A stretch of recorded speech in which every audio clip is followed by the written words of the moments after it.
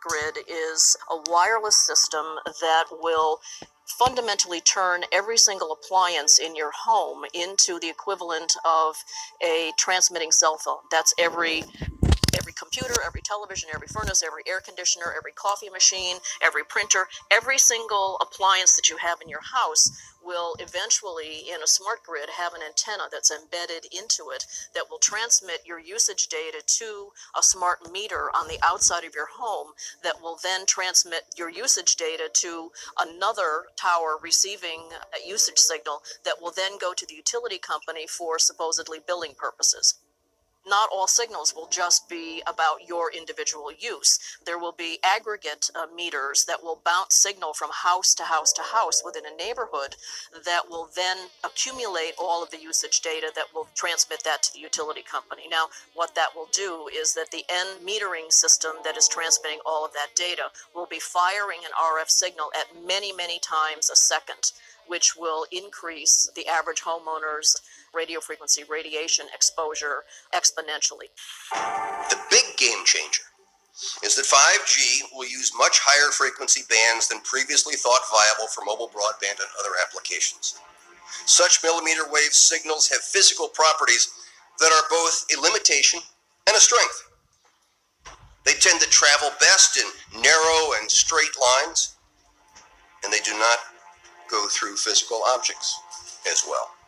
But brilliant engineers have developed new antennas that can aim and amplify signals. Now, to make this work, the 5G build-out is going to be very infrastructure intensive, requiring massive deployment of small cells. I'm confident that the actions will lead to a cornucopia of unanticipated, innovative uses and will generate tens of billions of dollars in economic activity. And that's damn important, because it means that U.S. companies will be the first out of the gate. And that is why 5G is a national priority. And stay out of the way of technological development. Unlike some countries, we do not believe that we should spend the next couple of years studying what 5G should be or how it should operate. The future has a way of inventing itself. Turning innovators loose is far preferable to expecting committees and regulators to define the future. We won't wait for the standards. We're already seeing the industry gearing up to seize this opportunity. Verizon and AT&T tell us they'll begin deploying 5G trials in 2017, and the first commercial deployments they're talking about are expected in 2020. And we're not done. As part of our July 14 action, we also plan to ask for comments on opening up other high-frequency bands. Many of the high-frequency bands that we will make available for 5G currently have some satellite users, as well as some Defense Department applications, or at least the possibility of future satellite and defense users. This means sharing will be required between satellite and terrestrial wireless, an issue that is especially relevant in the 28 gigahertz band. But if anyone tells you that they know the details of what 5G is going to become, run the other way.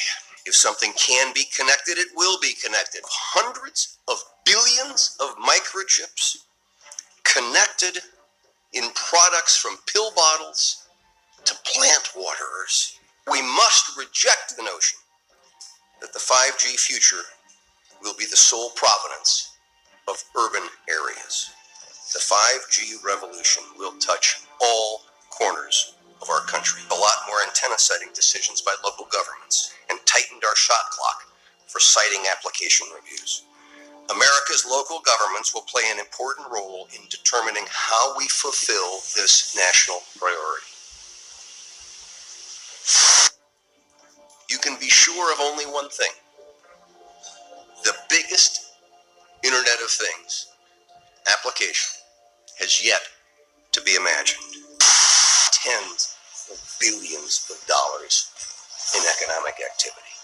And that's damn important.